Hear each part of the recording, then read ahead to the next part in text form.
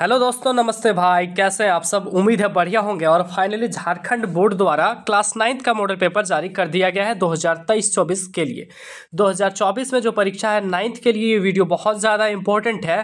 Finally उन दोस्तों के लिए जिनका परीक्षा मार्च में होने वाला है। आप सभी को पता है कि इस बार झारखंड बोर्ड 1 और 2 मार्च को परीक्षा लगी, तो उसके लिए ये वीडियो बहुत ज़्यादा इंपॉर्टेंट है, क्योंकि इस वीडियो में हम क्लास 9 के विज्ञान का मॉडल प्रश्न पत्र का आंसर देखेंगे। ठीक है, टोटल 40 क्वेश्चन आपको इस मॉडल पेपर में दिया गया और उस कंप्लीट उनका हम लोग सॉल्यूशन देखेंगे। और आपको इस वीडियो के कमेंट सेक्शन में आखिर बताना है कि आपके कितने मार्क्स सही हुए। ठीक है, कितने क्वेश्चन सही हुए। तो चलिए शुरू करते हैं। सबसे पहले हम लोगों का जो क्वेश्चन है वो है, एक वस्तु आर त्रिज्या के वृत्ताकार पथ में घूम रही है, आधे वृत्त के बाद उसका विस्थापन होगा। ये पूछा जा रहा है कि आधे वृत्त के बाद उसका विस्थापन कितना हो जाएगा, तो 2 गुना हो जाता है जी। कितना हो जाता है? 2 गुना, तो 2 इंटू आर हो जाएगा। ठीक है, पहले प्रश्न का आंसर हो जाएगा। देखिए, हम आपसे रिक्वेस्ट करेंगे, अगर आपको इनका आंसर नहीं भी बनाने अगर आपको नहीं आता है, तो 40 क्वेश्चन हर एक सेट में है, आप इसको रट जाइए। जो हम आंसर बता रहे हैं उसको रट जाइए प्यारे बच्चों, क्योंकि बहुत ज़्यादा इंपॉर्टेंट है। इससे सवाल आपके बोर्ड एग्जाम में रहेंगे ही रहेंगे। ठीक है, प्रश्न है प्यारे बच्चों, वेग में प्रति सेकंड परिवर्तन की दर कहलाती है। वेग में जो है प्रति सेकंड परिवर्तन की दर कहलाती है, तो क्या कहलाती है? त्वरण कहलाती है। ठीक है, और त्वरण में प्रति सेकंड जो बदलाव होता है उसी को हम लोग बोलते हैं संवेग। तो यहाँ पे वेग में प्रति सेकंड पूछा जा रहा है, यानी कि वेलोसिटी में जो है प्रति सेकंड जो हो रहा है, तो उसी को हम लोग क्या बोलेंगे प्यारे बच्चों? वो उसको बोलेंगे त्वरण। Option number D. अगला जो हमारा प्रश्न है तीसरा नंबर, निम्न में से किसका एसआई मात्रक मीटर प्रति सेकंड स्क्वायर है? ये पूछा जा रहा है कि किसका एसआई मात्रक मीटर प्रति सेकंड स्क्वायर है। तो मीटर प्रति सेकंड स्क्वायर यहाँ पे किसका एसआई मात्रक हो गया? त्वरण का एसआई मात्रक मीटर प्रति सेकंड स्क्वायर। चौथा नंबर है, दूरी समय ग्राफ का ढलान किस का मान बताता है? ठीक है, दूरी समय का जो ग्राफ का ढलान होता है वह किसका मान बताता है, ये प्रश्न है। तो इस प्रश्न का चौथे नंबर का आंसर क्या हो जाएगा प्यारे बच्चों? तो वेग हो जाएगा। वेग वो बताता है। ठीक है, अब आपके सामने 5वां नंबर प्रश्न कुछ इस तरह से दिया गया है कि न्यूटन का गति का प्रथम नियम किसकी परिभाषा मिलती है? न्यूटन के गति के प्रथम नियम से किसकी परिभाषा मिलती है? तो जड़त्व की परिभाषा मिलती है। ऑप्शन नंबर ए इस प्रश्न का बिल्कुल सही जवाब हो जाएगा। ठीक है, छठा नंबर प्रश्न है प्यारे बच्चों कि किसी पिंड का जड़त्व निर्भर करता है। किसी जो पिंड है उसका जड़त्व किस पर निर्भर करता है प्यारे बच्चों? तो आप लोग जानते होंगे कि वस्तु के द्रव्यमान पर। अगर आप यहाँ पे एक उदाहरण ले, तो सबसे ज्यादा अगर जड़त्व 3 वस्तुएं अगर हम मान लेते हैं एक हम ले लेते हैं साइकिल, एक ले लेते हैं साइकिल, दूसरा हम लोग ले लेते हैं बस, दूसरा हम लोग ले लेते हैं बस, और तीसरा अगर हम लोग ले लें ट्रेन। इसमें पूछा जाए कि सबसे ज्यादा जड़त्व किसका होगा, तो प्यारे बच्चों सबसे जड़त्व ज्यादा उसी का होगा जो सबसे ज्यादा भारी होगा। तो सबसे ज्यादा भारी कौन है इसमें? ट्रेन है। तो वस्तु का द्रव्यमान, द्रव्यमान यानी कि वजन, वजन के अकॉर्डिंग क्या होता है?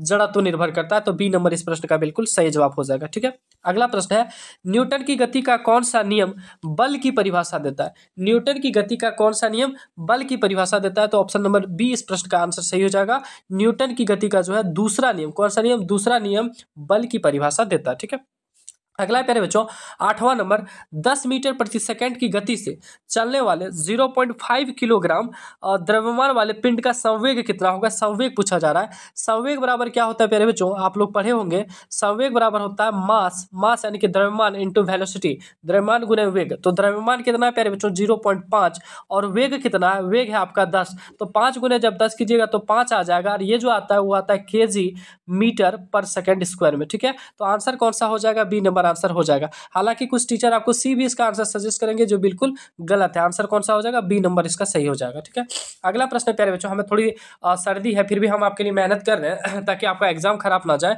तो इसको मैनेज थोड़ा कर लीजिएगा। 9वां नंबर प्रश्न है प्यारे बच्चों, जब कोई बस विराम से चलती है, कहाँ से? विराम से चलती है, तो अचानक उस पर खड़े व्यक्ति, खड़े यात्री बस में पीछे की ओर झुक जाते हैं। ये किस नियम का उदाहरण है? तो ये किस नियम का है प्यारे बच्चों? सबसे पहले तो गुरुजी ये जड़त्व का है, जड़त्व का उदाहरण है। आप देखिए यहाँ पे जड़त्व आपको ऑप्शन में नहीं दिया गया, आपको यहाँ बोला है न्यूटन के गति का प्रथम नियम, द्वितीय नियम, तीसरा नियम। तो न्यूटन का गति का प्रथम नियम ही क्या है? जड़त्व का नियम है। दूसरा जो पहला है जड़त्व का नियम, दूसरा है बल का, दूसरा क्या है? बल का, और तीसरा है आमने सामने जो होती है तो समान प्रतिक्रिया वाला। ठीक है, तो ये नंबर इस प्रश्न का सही जवाब हो जाएगा। अगला है कार्य की शक्ति का एसआई मात्रक पूछा जा रहा है। कार्य की शक्ति का एसआई मात्रक क्या होता है प्यारे बच्चों? जूल होता है। ठीक है, ऑप्शन नंबर सी इस प्रश्न का बिल्कुल सही जवाब हो जाएगा। अगला प्रश्न है चंद्रमा पर। चंद्रमा पर बोला जा रहा है कि किसी पिंड का द्रव्यमान यानी कि वजन 40 किलोग्राम है तो पृथ्वी पर इसका भार कितना होगा? तो प्यारे बच्चों हम आपको एक चीज बता देते हैं, याद रखिएगा। चंद्रमा पर प्यारे बच्चों जो चंद्रमा पर जो किसी चीज का वजन होता है वो पृथ्वी से 1/6 गुना होता है। अगर पृथ्वी पर किसी वस्तु का वजन 12 kg है, पृथ्वी पर अगर 12 kg है तो चंद्रमा पर इसका वजन 2 kg हो जाएगा। ठीक है, यानी कि 2 kg हो जाएगा। तो इस तरह से आप यहाँ पे ये बोल सकते हैं कि चंद्रमा पर 40 kg है, चंद्रमा पर कितना 40 kg, तो पृथ्वी पर इसका 6 गुना हो जाएगा। देखिए पृथ्वी पर 6 गुना होगा, याद रखिएगा पृथ्वी पर 6 गुना और चंद्रमा पर 1/6। ठीक है, तो पृथ्वी पर 6 गुना यानी कि 240 kg जो है वजन इसका पृथ्वी पर होगा और चंद्रमा पर 240 का 1/6 निकाल दीजिएगा तो फिर आंसर कितना आ जाएगा? 40। यानी कि 40 kg जो वस्तु का वजन चंद्रमा पर है, पृथ्वी पर उसका वजन कितना है? तो 240 kg। ठीक है, 240 kg में लगाना है, न्यूटन में आंसर नहीं लगाना है। ठीक है, न्यूटन में आंसर आपको नहीं लगाना है, तो ऑप्शन नंबर सी इस प्रश्न का बिल्कुल ऑप्शन नंबर ए इस प्रश्न का बिल्कुल सही जवाब हो जाएगा। ठीक है, ऑप्शन नंबर ए इस प्रश्न का बिल्कुल सही जवाब हो जाएगा। ठीक, अगला प्रश्न देखते हैं प्यारे बच्चों। अगला है जब कोई पिंड कंपन करता है, जब कोई पिंड कंपन करता है तो आसपास की हवा को संपीड़ित करता है तो और एक उच्च घनत्व क्षेत्र बनाता है जिसे डैश के रूप में जाना जाता है। तो किसके रूप में जाना जाता है प्यारे बच्चों? तो इसे हम लोग जानते हैं संपीड़न के रूप में। किसके रूप में? संपीड़न के रूप में जानते हैं। ऑप्शन नंबर डी हो जाएगा इस प्रश्न का बिल्कुल सही जवाब। अगला प्रश्न है प्यारे बच्चों, वह घटना जहां उत्पन्न ध्वनि परावर्तन के कारण पुनः सुनाई देती है क्या कहलाती है? जो ध्वनि उत्पन्न होती है प्यारे बच्चों परावर्तन के कारण जो है पुनः सुनाई देती है तो उसे हम लोग क्या कहते हैं? ये प्रश्न है आपके सामने 13वां नंबर। तो उसे हम लोग कहते हैं गूंज कहते हैं। क्या कहते हैं? गूंज कहते हैं कि आवाज जो है गूंज रही है। ठीक है, अगला प्रश्न है 14वां नंबर प्रश्न है कि निम्नलिखित में से किस पदार्थ में कणों के बीच आकर्षण बल सबसे कम होगा? तो कणों के बीच सबसे आकर्षण बल किस में होगा कम, ये पूछा गया। तो प्यारे बच्चों कार्बन डाइऑक्साइड, दूध, रुई, चीनी।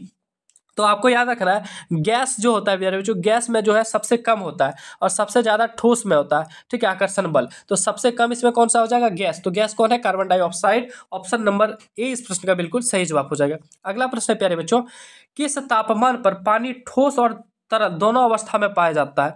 किस तापमान पर जो है पानी ठोस और तरल दोनों अवस्था में पाया जाता है? तो 0 डिग्री सेल्सियस पे। 0 डिग्री सेल्सियस पे तापमान पे जो है पानी ठोस और तरल दोनों अवस्था में पाया जाता है। ऑप्शन नंबर ए इस प्रश्न का बिल्कुल सही हो जाएगा। 16वां नंबर प्रश्न है 100 ग्राम में जल में 20 ग्राम चीनी मिलाया जाता है, उस विलयन की सांद्रता प्रतिशत में ज्ञात करें। बोला जा रहा है 100 ग्राम जल में 20 ग्राम चीनी मिलाया जाता है तो उसका सांद्रता पूछा जा रहा है कि कितना होगा। तो प्यारे बच्चों इस प्रश्न का आंसर क्या हो जाएगा? इसका आंसर हो जाएगा 16 सही 2/3। हालांकि इस प्रश्न का जो आंसर हो जाएगा, देखिए 16 सही 2/3 किस तरह हो गया? 20 ग्राम चीनी मिला दिया प्यारे बच्चों और टोटल कितना हो गया? 100 इधर था और 20 हो गया, टोटल हो गया 120। टोटल कितना हो गया? 120 इंटू 100% हम लोग कर देंगे। ठीक है, 20 ग्राम चीनी मिलाया, 100 ग्राम पहले से था, 20 ग्राम बढ़ गया 120 हो गया और प्रतिशत निकालने के लिए 100 से गुना कर देंगे। 1 0 से 1 0 यहाँ से कट जाएगा, 2 से प्यारे बच्चों 6 घर में कट जाएगा। ठीक है, और 6 से जब इसे कटाइएगा तो 16.2/3% आ जाएगा। इस प्रश्न का बिल्कुल बी नंबर सही आंसर हो जाएगा। समझ गए? अगला प्रश्न देखिए।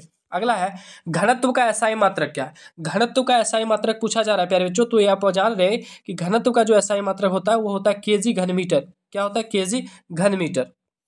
अगला है प्यारे बच्चों दिए गए कौन गुणधर्म निलंबन का गुणधर्म पूछा जा रहा है प्यारे बच्चों 18वां नंबर। तो ये कौन सा हो जाएगा? निलंबन एक विसमांगी मिश्रण है। निलंबन क्या होता है? एक विसमांगी मिश्रण होता है। ठीक है, अगला प्रश्न है 19वां नंबर, कपूर और नमक के मिश्रण को किस विधि द्वारा अलग करेंगे? कपूर और नमक के मिश्रण को किस विधि द्वारा अलग करेंगे? ये प्रश्न है। तो ऊर्ध्वपातन विधि द्वारा। ठीक है, ऊर्ध्वपातन विधि द्वारा हम लोग क्या करेंगे? इसको अलग करेंगे। अगला प्रश्न है प्यारे बच्चों द्रव्यमान संख्या बराबर होता है।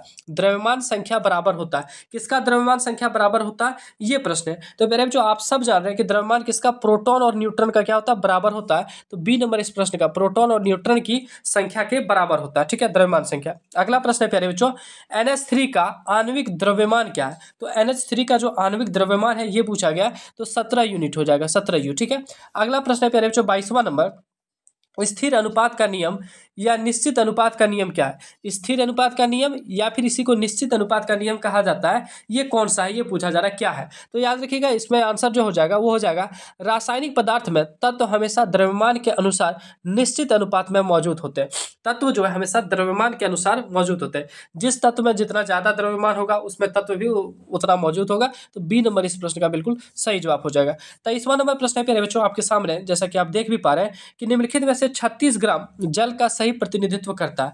36 ग्राम जल का सही प्रतिनिधित्व करता है, ये प्रश्न है। तो 2 मोल जल प्यारे बच्चों, इस आंसर हो जाएगा 2 मोल जल। ठीक है, अगला प्रश्न है प्यारे बच्चों, न्यूट्रॉन पर आवेश होता है। तो न्यूट्रॉन पर आवेश, तो प्यारे बच्चों न्यूट्रॉन क्या है? न्यूट्रॉन जो है न्यूट्रल होता है। न्यूट्रॉन क्या होता है? न्यूट्रल होता है, यानी कि इस पर आवेश कितना होता है? 0 होता है। ये ना प्लस में होता है ना माइनस में होता है, किस में होता है? 0 होता है। ठीक है, बी नंबर प्रश्न का आंसर सही होगा। 25वां नंबर प्रश्न आपके सामने स्क्रीन पे है प्यारे बच्चों कि अल्फा कण क्या है? अल्फा कण क्या है? What is alpha particle? Alpha कण क्या है, तो ये पूछा गया है। तो अल्फा कण प्यारे बच्चों आप सब जान रहे हैं, 25वें नंबर प्रश्न का आंसर कौन सा हो जाएगा कि धनावेशित हीलियम परमाणु होता है। धनावेशित हीलियम परमाणु प्लस H ही होता है इसमें। ठीक है, धनावेशित हीलियम परमाणु। अगला प्रश्न है प्यारे बच्चों 26वां नंबर, इसमें पूछा जा रहा है कि किसी तत्व के समस्थानिकों के द्रव्यमान में अंतर डैश की भिन्न संख्या के कारण होता है। किसी भी तत्व के जो समस्थानिक होते हैं कि द्रव्यमान में जो अंतर पाया जाता है किसके भिन्न के कारण होता है, ये प्रश्न है। तो ये न्यूट्रॉन के कारण होता है। किसके कारण प्यारे बच्चों? न्यूट्रॉन के कारण। अगला प्रश्न है प्यारे बच्चों 27वां नंबर, और 26वां हमने देखा, 27वां है कि कोशिका भित्ति बनी होती है। कोशिका की जो भित्ति होती है वो किससे बनी होती है प्यारे बच्चों? तो कोशिका की भित्ति बनी होती है सेलुलोज की। ऑप्शन नंबर सी इस प्रश्न का बिल्कुल सही जवाब हो जाएगा, 27वें नंबर का, सेलुलोज की। 28वां नंबर प्रश्न है, निम्नलिखित में से किस कोशिकांग को अपना डीएनए तथा राइबोसोम होता है? किस कोशिकांग का अपना जो है डीएनए तथा राइबोसोम होता है, ये प्रश्न है। तो इस प्रश्न का आंसर हो जाएगा प्यारे बच्चों प्लास्टिड। प्लास्टिड जो है उसका अपना राइबोसोम और डीएनए होता है। अगला प्रश्न है 25वां के बाद 28वां के बाद 29वां नंबर पूछा जा रहा है, किसी कोशिका में 16 क्रोमोसोम है, उस कोशिका में अर्धसूत्री विभाजन के फलस्वरूप बने संतति कोशिका में कितने क्रोमोसोम होंगे? ठीक है, तो बोला जा रहा है 16 क्रोमोसोम है और कोशिका जो अर्धसूत्री विभाजन से बनता है, नया संतति बनता है, तो उसमें कितना क्रोमोसोम होगा? तो उसका आधा होगा। ठीक है, कितना होगा? अर्धसूत्री से बना है तो आधा हो जाएगा। ऑप्शन नंबर ए इस प्रश्न का बिल्कुल सही, 8। ठीक है, अगला प्यारे बच्चों दिया गया चित्र किस उत्तक का है? तो ये जो चित्र है पूछा जा रहा है किस उत्तक का है, तो इसका आपको आंसर बताना है। तो 30 नंबर प्रश्न का जो आंसर हो जाएगा वो हो जाएगा पेरेनाकाइमा। ठीक है, पेरेनाकाइमा। 31वां नंबर सवाल है प्यारे बच्चों कि बादाम का छिलका किस उत्तक का बना होता है? बादाम का जो छिलका होता है ना वो किस उत्तक का बना होता है? तो याद रखिएगा स्क्लेराकाइमा। ठीक है, इसका आंसर हो जाएगा स्क्लेरेकाइमा। ठीक है, स्क्लेरेकाइमा हो जाएगा। ऑप्शन नंबर सी इस प्रश्न का बिल्कुल सही जवाब। अगला है, मांसपेशियों को अस्थियों से जोड़ने वाली संयोजी उत्तक को क्या कहते हैं? मांसपेशियों को अस्थियों से जोड़ने वाली संयोजी उत्तक को क्या कहते हैं? तो इसको हम लोग कहते हैं प्यारे बच्चों कंडरा। क्या बोलते हैं? कंडरा। ऑप्शन नंबर बी इस प्रश्न का बिल्कुल सही जवाब हो जाएगा। अगला प्रश्न है प्यारे बच्चों, जीवों के वर्गीकरण के लिए सर्वाधिक मूलभूत लक्षण क्या है? जीवों के जो वर्गीकरण है उसका बोल रहा है मूलभूत लक्षण क्या है? जीवों के वर्गीकरण के लिए मूलभूत लक्षण क्या है? तो उनकी कोशिका संरचना। कोशिका की संरचना जैसे होगा जीवों में भी वैसे होगा। अगला है, नील हरित शैवाल किस वर्ग में आते हैं? नील हरित शैवाल जो है वो किस वर्ग में आते हैं प्यारे बच्चों? तो नील हरित शैवाल आते हैं मोरेरा में। अगला प्रश्न है प्यारे बच्चों, जंतु जगत का सबसे बड़ा संघ कौन है? जंतु जगत का सबसे बड़ा संघ कौन है प्यारे बच्चों? तो आर्थोपेडा। ठीक है, अगला प्रश्न है 36वां नंबर प्रश्न है कि दिए गए कौन से रोग वायरस से होते हैं? जैसे कि कोविड-19 क्या एक वायरस है, तो इससे भी तो रोग होता है। तो यहाँ पे पूछा जा रहा है कि दिए गए रोग कौन है जो वायरस से होते हैं? तो वायरस से प्यारे बच्चों कोरोना होता है। Option number D. यहाँ पे ऑप्शन में भी बहुत अच्छा नया क्वेश्चन है कि कोरोना से होता है। ठीक है, कोरोना वायरस। संक्रामक रोग के उदाहरण। संक्रामक मतलब प्यारे बच्चों एक आदमी से दूसरे आदमी या फिर एक जंतु एक जीव से दूसरे जीव में जो फैल जाता है उसी को क्या बोलते हैं? संक्रामक रोग। तो क्षय रोग जो टीबी बीमारी है वो क्या है? संक्रामक रोग है। ठीक है, अगला प्रश्न है प्यारे बच्चों 38वां नंबर, ग्रीन हाउस गैस है। तो ग्रीन हाउस गैस कौन सा है प्यारे बच्चों? तो याद रखिएगा इसमें जो आंसर हो जाएगा वो हो जाएगा कार्बन डाइऑक्साइड। CO2 जो है ग्रीन हाउस गैस है। ठीक है, अगला प्रश्न है, दिए गए पोषक पदार्थ में पौधों के लिए कौन बृहत पोषक पदार्थ है? पौधों के लिए पूछा जा रहा है कि कौन सा बृहत पोषक पदार्थ है? तो नाइट्रोजन। अगला और अंतिम प्रश्न है प्यारे बच्चों, यहाँ पे जैसा कि आप देख पा रहे हैं, वायुमंडल में पाए जाने वाले ऑक्सीजन के विषैले अणु को क्या कहते हैं। वायुमंडल जो पाए जाते हैं ऑक्सीजन के विषैले अणु को, देखिए ऑक्सीजन जो है O2, ये ऑक्सीजन होता है शुद्ध, लेकिन जब ऑक्सीजन का विषैला अणु बन जाता है O3 यानी कि ओजोन, ओजोन को हम लोग बोलते हैं विषैले अणु। तो ऑप्शन नंबर बी इस प्रश्न का बिल्कुल सही जवाब हो जाएगा। प्यारे बच्चों, इस तरह से हमने साइंस का मॉडल पेपर देखा और अन्य सब्जेक्ट का भी मॉडल पेपर आप यहाँ पे देख पा रहे हैं वीडियो सेक्शन में जाके, प्लेलिस्ट सेक्शन में जाके, तो बहुत ज्यादा आपके लिए बेनिफिट होगा। हालांकि प्यारे बच्चों, इसमें छोटा सा जानकारी दे दें, ये जो मॉडल पेपर है थोड़ा सा अपर लेवल का बनाएगा, मतलब थोड़ा सा इसमें लेवल बढ़ाएगा, लेकिन इतना ज्यादा लेवल का आपका एग्जाम में क्वेश्चन नहीं आएगा, हल्का छोटा क्वेश्चन आएगा और थोड़ा सा इजी भी आएगा। इसमें एक क्वेश्चन नहीं दिया केल्विन से सेल्सियस में बदलने से, डिग्री से केल्विन में बदलने से, तो इससे रिलेटेड भी एक क्वेश्चन आपके एग्जाम में रहेगा। ठीक है, इस वीडियो को यही एंड करते हैं, नेक्स्ट वीडियो में हम लोग मिलते हैं नए मॉडल पेपर के साथ, नई वीडियो के साथ। तब तक के लिए सभी को इस वीडियो को शेयर कर दीजिए, और वीडियो अगर अच्छी लगी हो तो चैनल को आप चाहे तो सब्सक्राइब कर सकते हैं, ये आपकी मर्जी है। आपको अच्छी लगी, आपको कंटेंट अगर अच्छा मिला हो तो आप सब्सक्राइब कर सकते हैं, आगे आपकी मर्जी। मिलते हैं नेक्स्ट वीडियो में, तब तक के लिए धन्यवाद।